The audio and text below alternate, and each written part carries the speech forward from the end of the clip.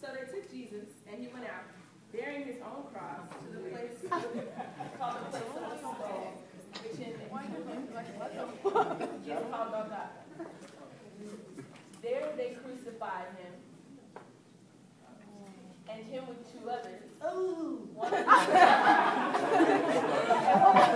That boy down a week there. Pilate also wrote an inscription and put it on the cross. It read, Jesus of Nazareth, the King of the Jews. Many of the Jews read this inscription, for the place where Jesus was crucified was near the city. And it was written in Aramaic, in Latin, and in Greek. So the chief priests of the Jews said to Pilate, "Do not write this. He is not the king of the Jews, but rather he said he was the king of the Jews."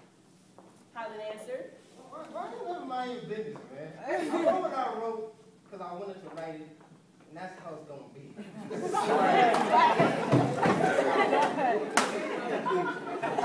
soldiers had crucified Jesus. They took his garments and divided them into 4 parts, 1 part for each soldier. Also his tunic.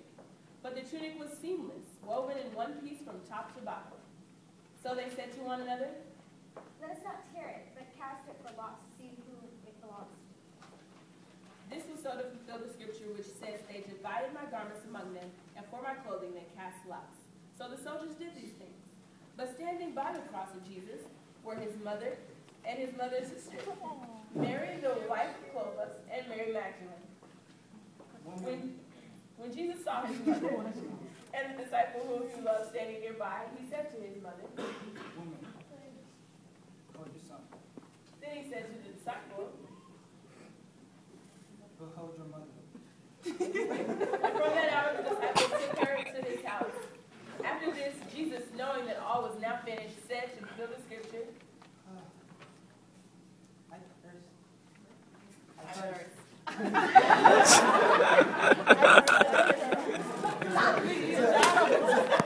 The jars full of sour wine stood there, so they put a sponge full of the sour wine on a hyssop branch and held it to his mouth. When Jesus had received the sour wine, he said,